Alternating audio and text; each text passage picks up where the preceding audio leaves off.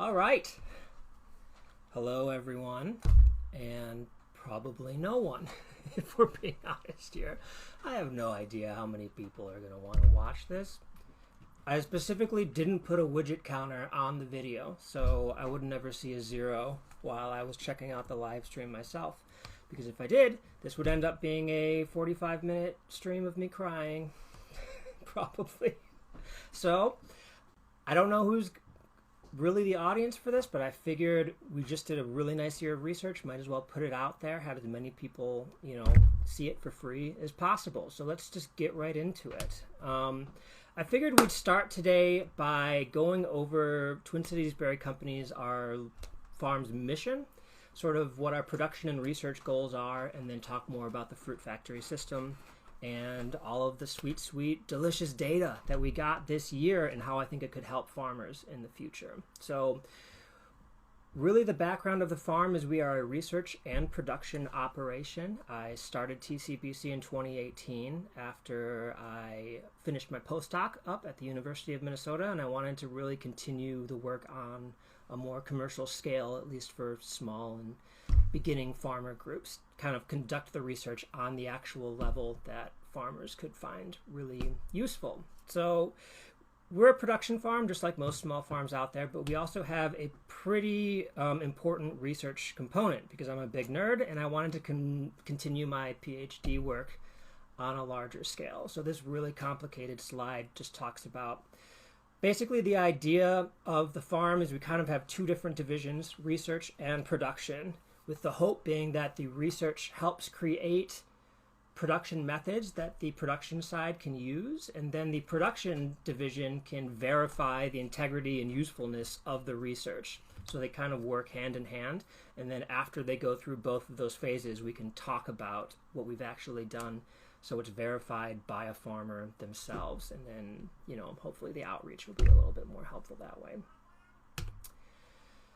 So we do have a really big production portion of our farm, but I really want to focus on the research today. I think that's why most people are going to try to tune in. So just a little background on TCBC's research mission. It all starts with climate change, honestly, and more specifically the instability in weather events that climate change can cause, whether that is extended drought events, punctuated by really flooding rainfalls, derechos, hurricane force winds hitting landlocked states in the middle of the Midwest, and observing that and seeing that open field production, especially of the small high value crops that thrive and are necessary on small farms, are just getting harder and harder to do in the open field every passing year as the weather gets more and more unpredictable.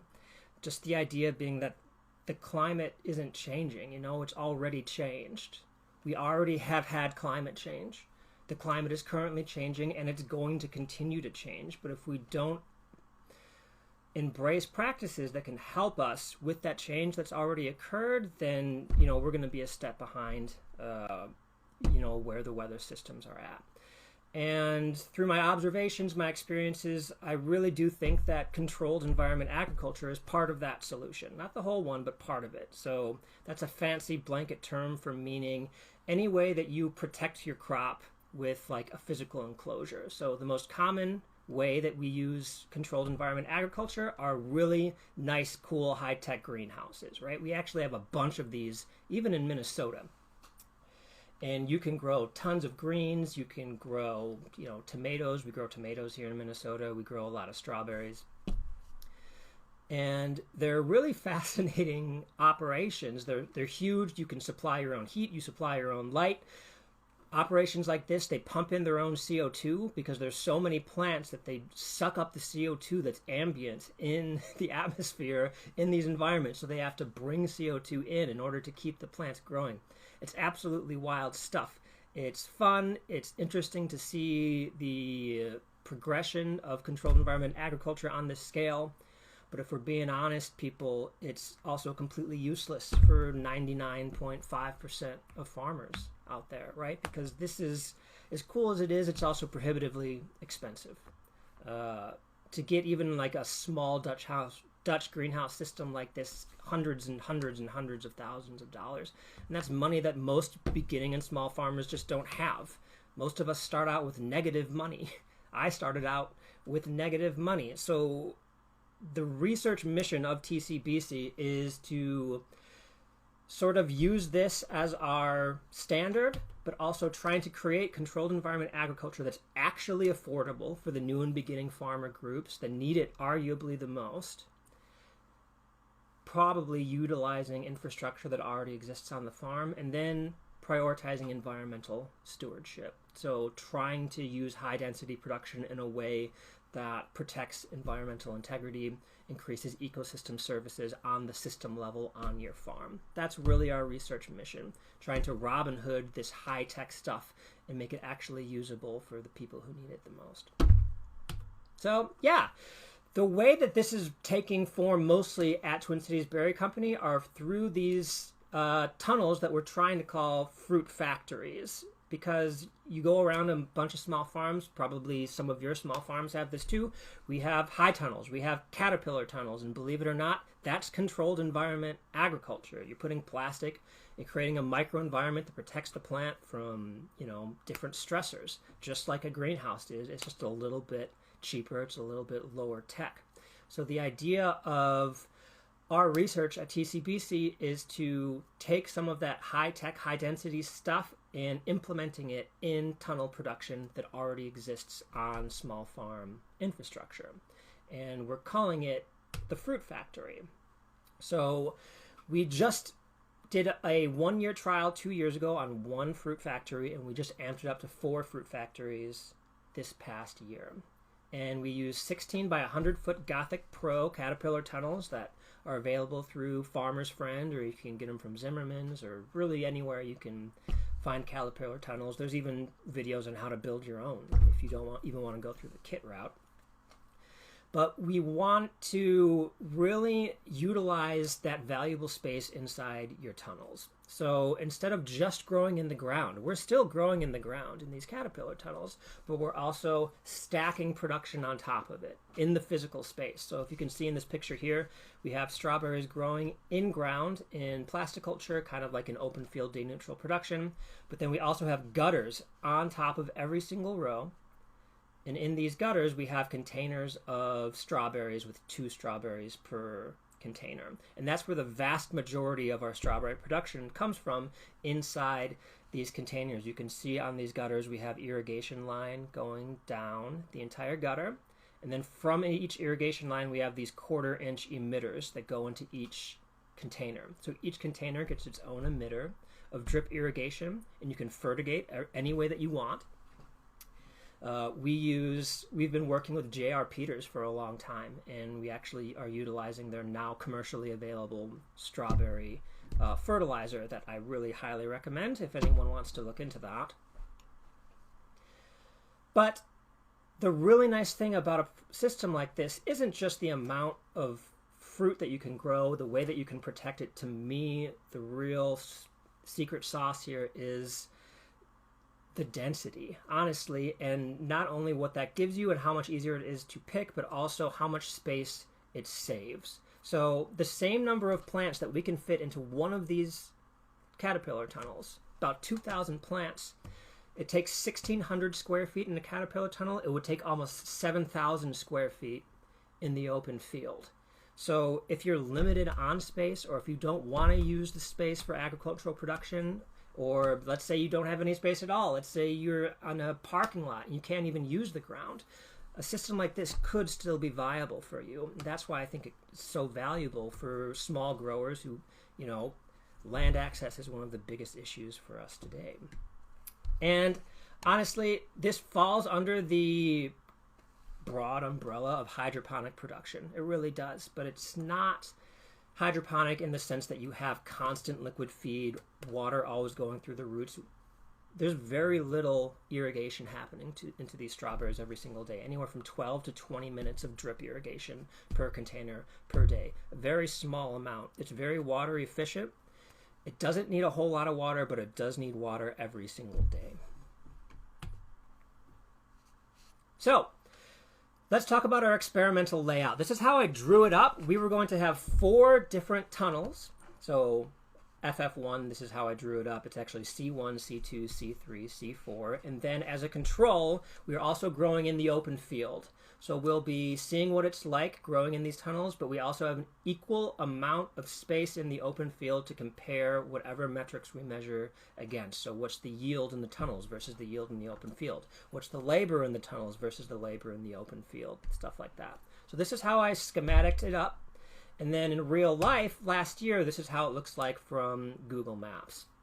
So on our farm that we were leasing land from last year, we had our 4 tunnels right here, C1, C2, C3, and C4. This is a high tunnel that we were doing some different stuff in. We were just growing raspberries in. And this is actually from a project several years ago. Google Maps is several years out of date. We don't have that. That was a massive insect netting system that we built that really complemented and informed the way that we were building our caterpillar tunnels, but we no longer use that for the open field. We have our 4 caterpillar tunnel treatments, and then we have our open field treatment as well. And the size of the open field treatment is the equivalent space that you would need to plant about 2,000 plants in the open field. So it's 2,000 plants in our open field treatment, and then about 2,000 plants in each one of our caterpillar treatments as well. So C1, 2, 3, 4, OF. Hopefully that makes sense. And in terms of metrics that we measured this year, there were several different things, but I think the most pertinent for our discussion here today is the yield. Obviously, everyone wants to know what we actually got. So we measured our total yield per plant and also per plot in every single tunnel and in the open field. And then we were able to separate total yield from marketable yield. And for us at TCBC, marketable yield is fresh fruit that we found adequate to bring to market to sell the next day at market. So that was our grade A fruit. And then our grade B was stuff that we still tasted great, but because this is a high value product that we sell a premium for, the grade B stuff was still incredibly delicious and edible, but we wanted it to be perfect. So the grade B stuff would just go into our processed goods business for making jams and syrups and fruit leather and shrubs and all that fun stuff. So we measured our yield, and then we also measured labor, and this was something I really wanted to make sure that we'd put into this project. Literally every single time that either myself or my workers went into a tunnel, we would clock in. We would say, what time did we go in the tunnel? What time did we come out of the tunnel? And then what were we doing in the tunnel? So were we doing harvest labor or were we doing maintenance labor? And by doing that, we were able to tally everything up in every single tunnel and then also in the open field and compare labor in addition to yield. So let's look at some results, shall we?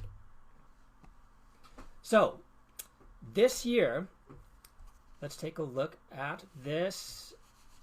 We have C1, C2, C3, and C4. Sorry, I lost my train of thought there because I was looking at the live stream and it's about 11 seconds behind what I'm saying in real life, and I thought we froze, but we didn't. It's just, you know, I haven't really ever streamed before. C1, C2, C3, C, and 4, these are all of our tunnels at the top, and then our open field is at the bottom. As you can see, for labor, we have it separated. The red bars for each tunnel is going to be our harvest labor, and the blue bars is going to be our maintenance labor. And the first thing that sticks out to me when I look at this graph is that the maintenance labor for every single tunnel is essentially the same. And then we have this massive difference. There was a whole lot more harvest labor in the tunnels than there was maintenance labor. And that's actually what you want, right? You don't want to be, you know, weeding or cutting runners or crawling around doing stuff that doesn't make you money a lot more than you're actually harvesting. So this is a good ratio that I see. And when we look at the open field, we see kind of the same amount of maintenance labor, which out of context seems like, oh, I thought this was supposed to be more efficient, right? How come it's the same amount of maintenance labor? And even there's a lot less harvest labor. Holy cow, was it that hard to pick in the tunnels? Like, how come it seems like it's so more efficient in the open field compared to the tunnels? the reason why our open field labor metrics are so low are because of this. On July 23rd of 2023, so probably week 7, maybe 7 or 8 of our harvest season, we had a massive, massive hailstorm that whipped right through our plot. It was huge hail, 70-mile-an-hour plus gusty winds, and here are some photos of our open field plot. It just got absolutely shredded. Golf ball sized hail. It pierced through the landscape fabric, and it just looks like someone took a weed whipper to the entire plot. Every single flower cluster was destroyed. About half of the plants didn't recover. They were destroyed as well. And of the plants that survived, they would have to basically start from scratch in terms of building their flower clusters back up again. And you don't want to have a hailstorm on your plot, obviously, but the point of this research was to determine the climate resiliency of a system like this. And honestly, incidents like this are only going to get more and more common. So the researcher in me was kind of giddy when the hailstorm came, because, you know, we were able to see, hey, does this idea that we have, that we're investigating, actually work? Of course, the businessman in me was terrified and horrified, because we essentially lost an entire plot for the entire year. The open field plot, we barely got any fruit at all. So that's why our harvest labor and our maintenance labor was so low in the open field, because after July 23rd, we basically just said, why are we going to weed in here if we're not even going to get any fruit? So we just stopped maintenance labor altogether. So if you think about it in that way, if we had the same amount of maintenance labor in the open field where we stopped maintaining after July 23rd, and then compare that to the tunnels where we were maintaining consistently throughout the entire year all the way through mid-October, then things start to make a little bit more sense. And it makes more sense why we had a lot less yield labor, because we had a lot lower yields in the open field, unfortunately. So, how did the tunnels do after this massive hailstorm? As you can see, every single one survived. This is climate resiliency, folks. Like, this is why this sort of thing is so important and necessary, not only on big farms, but small farms too.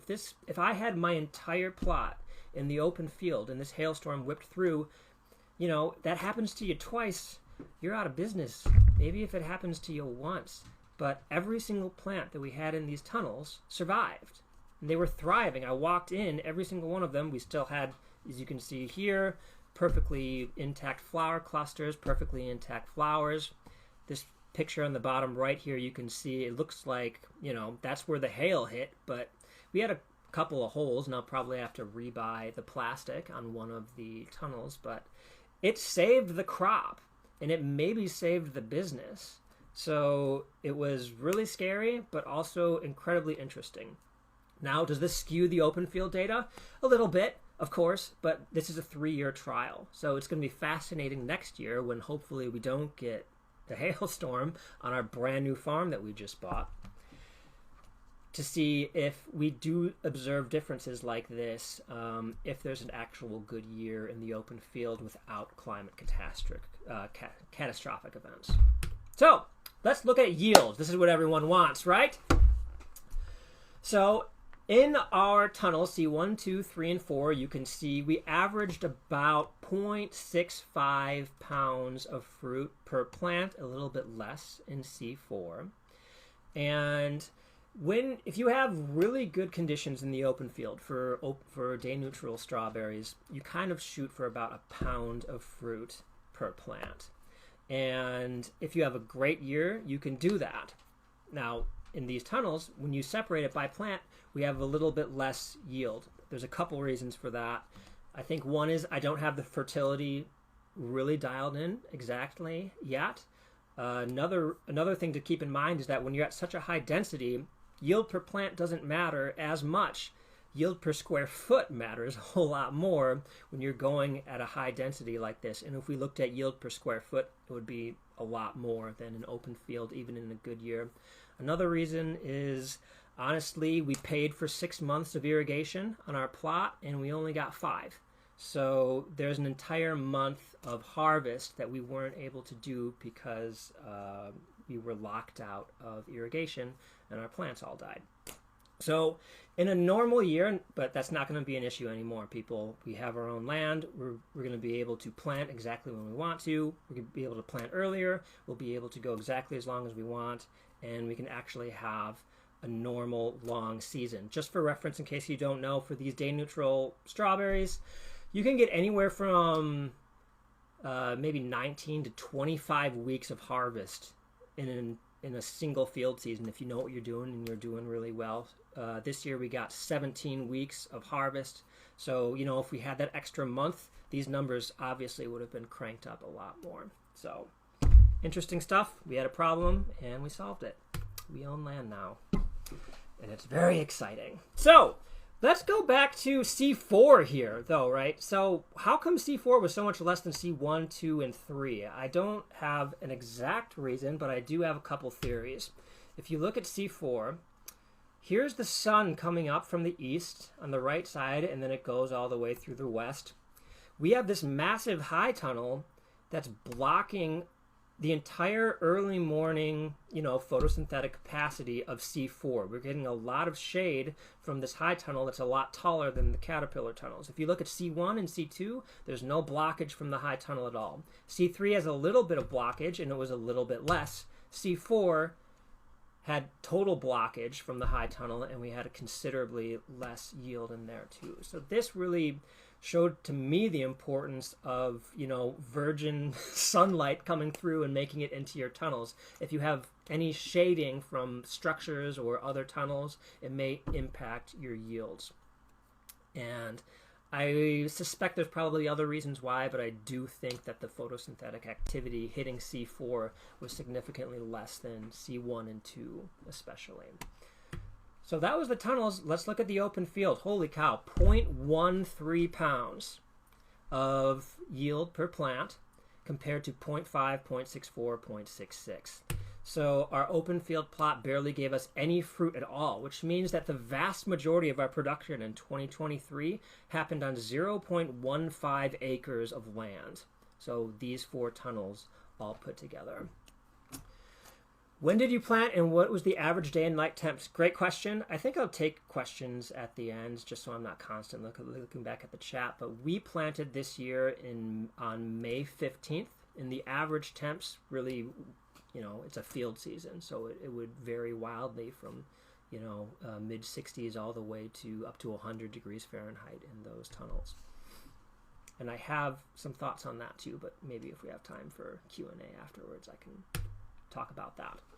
So let's look at average marketable yields. Even our marketable yields in the tunnels were considerably better than the open field. So we were hovering around 85 to 80%, 75% in the tunnels, and then 67% in the open field. And keep in mind, for the vast majority of our field season, the marketability in the tunnels was over 90%. But once we got towards the end of the year and our irrigation got shut off, those last couple harvests had a lot higher proportions of unmarketable fruit, so that dragged the averages down of our tunnels. But even with that average being dragged down, we still had higher marketable yields than in the open field. So we had a lot more fruit, and the fruit was of higher quality in the tunnels compared to the open field in 2023. Now, we talked about yield. We talked about labor. To me, the most fascinating part of this work so far in this year was if you combine those two metrics together. And I did that, and I create something that I call the yield labor index, which is basically an index of how many minutes of labor do you need to harvest 1 pound of fruit in each of these treatments. And this is where I think this sort of work and this sort of high density production shines, and this data encapsulates it very, very well. In our tunnel treatments, we had anywhere from 5 to 6.6 minutes of labor per pound of fruit that we got out.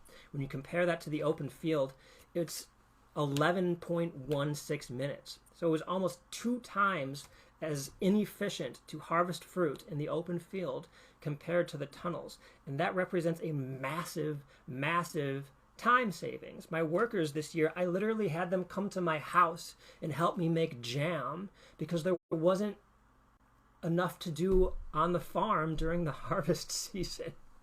We saved so much time, we were able to take that time and invest it into other parts of the business. It was crazy, it was fascinating, and I really think that's one of the most important parts of a system like this. If you plant in a high tunnel like this or a caterpillar tunnel, if you do high density stuff, one of the best parts is not only are you getting more fruit, but we're harvesting at waist level. We're harvesting at shoulder level. You're not crawling around and picking anymore. That allows you to pick a lot more quickly, and the plants are a lot closer to each other, so you don't have to move around as much either. That will save you money on the labor front. You don't have to pay for as much labor, or you pay for the exact same amount of labor and then use that labor on another aspect of the farm that helps you, you know, do whatever you want, honestly. Or you can just relax. I don't care. It's your time now. It's no longer belongs to weeding. It's fantastic. So our 2023 takeaways really are this. So our fruit factory tunnels, they provided considerable climate resistance. Honestly, they maybe saved the business this year because of that massive hailstorm that came through. It gave us considerably higher yields. It gave us much more marketable fruit, and it gave us more efficient labor usage. You know, a booming part of our business this year was because of the amount of time we were able to put into our processed goods division. We sold thousands and thousands of jars of jam that we wouldn't have been able to make if we were out weeding in the open field. But because we saved that time, we were able to put it into value added. And that really helped us have a banner year on 0.15 acres of land. I can't stress that enough, how little physical space this actually takes up. So overall, we experienced a massive reduction in physical space and labor needed in the field. So if we scale this up a little, I have my own land now, right? I can start putting more tunnels in here. Let's say I do an acre of tunnels. That's probably going to be 20 to 22 tunnels, something like that. That's a lot of tunnels, but let's just, for, you know, scale's sake, round up to 1 acre. If we did so, it would save about 150,000 square feet of land needed for agricultural production. If I wanted to put 1 acre of tunnel strawberries into the ground instead of into the tunnels, it would take about 200,000 square feet. But we would only need about 43,000 square feet to do it if we were doing it in tunnels. And that's fantastic news for young and emerging farmers who don't have access to land, who can't afford a whole lot of land, or for people like me who just bought land and don't want to put it into agricultural production. Honestly, I just made a post about this, but the best thing about this for me is that I can scale up a couple of orders of magnitude and still have 5 acres of wetlands that I'll never have to worry about touching. I'll have 5 acres of forest that I'll never have to worry about cutting down, because I don't have to turn it into the urban, suburban sprawl of you-pick strawberry operations. And I think that's the greatest environmental advantage of a system like this. Not only does it help you with yields, not only does it help you with climate resiliency, but it allows you to take land out of agricultural production and put it back into native habitat. Because if we're being honest, the ecosystem services provided by native habitat are so much more than anything you could ever put in even organically managed farm production. But it's also helpful for people who don't have any land at all. Like I said, you could probably do this in a parking lot. I'd be fascinated to see how it works. So that's pretty much all that I had prepared for today. I wanted this to be a fairly quick operation. I see we had a decent number of people watch. Thank you so much. If anyone has any questions about the actual process of building the fruit factories or the tactics that we used, I think I'll maybe do another presentation about it. So I just wanted to focus more on our yields and our results. But if people are interested in how to actually implement a system like this, I'll do a webinar probably next month or something like that if people actually ask for it. But yeah, Thank you everyone so much. It looks like we don't have any more questions. Oh, we have one more question. Did you start with bare roots, and when did you start harvesting? So we did start with bare roots. We purchased bare root plants from Norse Farms in Massachusetts. We planted on May 15th, and when you plant in the tunnels, it's a little bit warmer, it's nicer. You can begin harvest. I think our first harvest was in early to mid-June. So you really only need to wait about a month before your first harvest for the cultivar of strawberry that we used. Growing Lots wants to know how to build a fruit factory. Perfect. All right. So that's going to be my next passion project, right? I'm writing grants to try to help fund making a video series on how to actually build a fruit factory, because I get research grants on doing the work, and there's outreach components of it. But the outreach is like doing something like this, doing a pretty simple webinar, doing a conference presentation. And, you know, no one can watch this presentation and build a fruit factory. I understand that. And it stinks. Like, you need a much more in-depth series of educational reference materials in order to do something as complex as any new agricultural system. So, and it takes a lot of work, and it takes resources. So I'm trying to get funded to actually create a video series on how to do something like this, because it's great if I can do it or people can like try to replicate it, but if we want to increase the chance of success that this can get widespread adoption throughout the upper Midwest, we need to make a very comprehensive set of reference materials in order to do it, for farmers to go back on their own farm and refer and watch over and over as many times as they want for free. So that's going to be my next big project that I apply for funding for. So fingers crossed. If anyone wants to help write reference letters and letters of support, I'd be very happy to have you do that. So what company do you get fertilizer and mediums from? Our fertilizer we get from J.R. Peters. They've been great to work with for the past couple of years. And we sort of have been working on the right dosages and the right fertilizer blend for several years. So J.R. Peters has a strawberry blend. It's a two-part blend. It's part A and part B. Honestly, part B is just calcium nitrate. So you can just get calcium nitrate on your own and then get the part A from J.R. Peters. And it's a really nice proprietary blend. But like I said, we don't have the dosages dialed in yet. That's another reason why I think maybe our yields are a little bit less than a pound of fruit per plant. But, you know, it was good enough for us to have a very good year this year. Our substrate medium that we used was the Lambert mix. So Lambert LM-111 was the mix that we got for this year. And you get them in these compressed bags. And I found that the compressed bags gave us enough soil for 50 of our containers that we put on top of the gutters. And who did you get your Jack's fertilizer from? So we actually got our Jack's fertilizer from BFG Supply. So we created an account with BFG, and then we just buy it from them, and it's actually relatively cheap. I was shocked how cheap it was. I don't know it off the top of my head, but you can get 25-pound bags of their Part A for a very reasonable price. Enough, like reasonable enough to start tinkering and experimenting on your own. The stream went blank when you said when you first harvested. Sorry.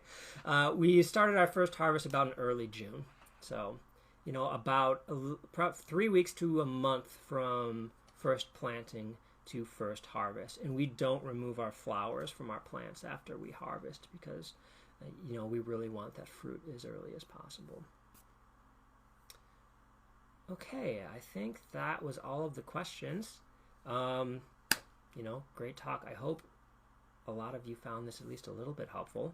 And like I said, I want to make like maybe a little webinar on how we actually built our fruit factories.